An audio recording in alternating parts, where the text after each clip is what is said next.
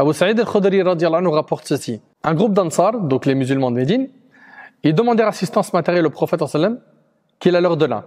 Puis, ils lui en demandèrent de nouveau. Il leur a donné de nouveau. Et ça a été ainsi jusqu'à l'épuisement de tout ce qu'il avait, alayhi salatu wassalam. Une fois qu'il avait tout dépensé, sallallahu alayhi wa sallam, regardez la rahma que contenait son cœur. Le prophète sallam, il leur a dit, tant que je détiendrai quelque chose, je n'en serai jamais avare avec vous. Tant que j'ai, je vous donnerai. Sallallahu alayhi wa sallam. Mais regardez ce qu'il va donner comme leçon aux compagnons. Mais celui qui se refuse par fierté d'âme de tendre la main aux autres, Allah lui sauvegarde sa fierté. Moi, j'aimerais bien que vous sortez avec ce hadith parce qu'il n'est pas fini et il est consistant. Le prophète sallam a dit, mais celui qui se refuse par fierté d'âme de tendre la main aux autres, Allah lui sauvegarde sa fierté. Celui qui n'exprime pas son besoin, Allah le met au-dessus du besoin. Qu'est-ce que tu veux de plus? Qu'est-ce que tu veux de plus? Celui qui n'exprime pas son besoin, Allah le met au-dessus du besoin. Allah Azza wa Jalla, il te suffit. Allah, il t'accorde la subsistance qu'il te faut.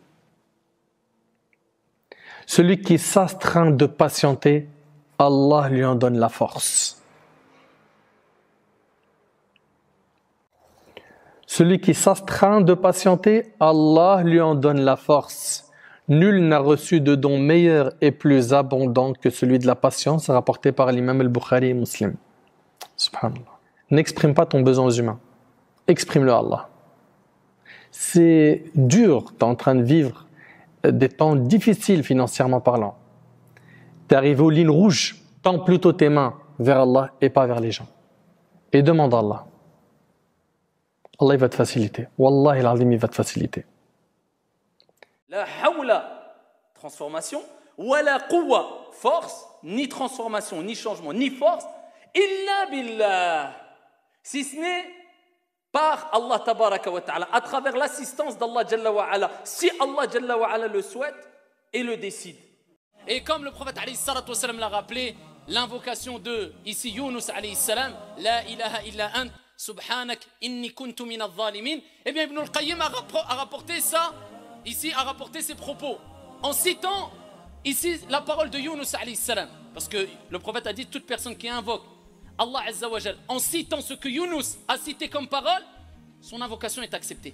C'est-à-dire quand tu fais dua, tu dis la ilaha illa ant, subhanak inni kuntu min al-zalimin. Ad-dua mustajab après. Ibn al-Qayyim il dit, et par expérience, je ne connais pas une personne qui a été touchée d'un mal et qui a dit cette parole 7 fois sans qu'Allah ne lui débarrasse immédiatement de son mal. Le fait de dire 7 fois la ilaha illa ant, subhanak inni kuntu min al-zalimin.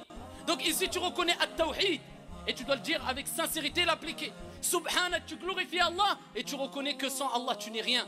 Tu es parmi les ignorants et les injustes.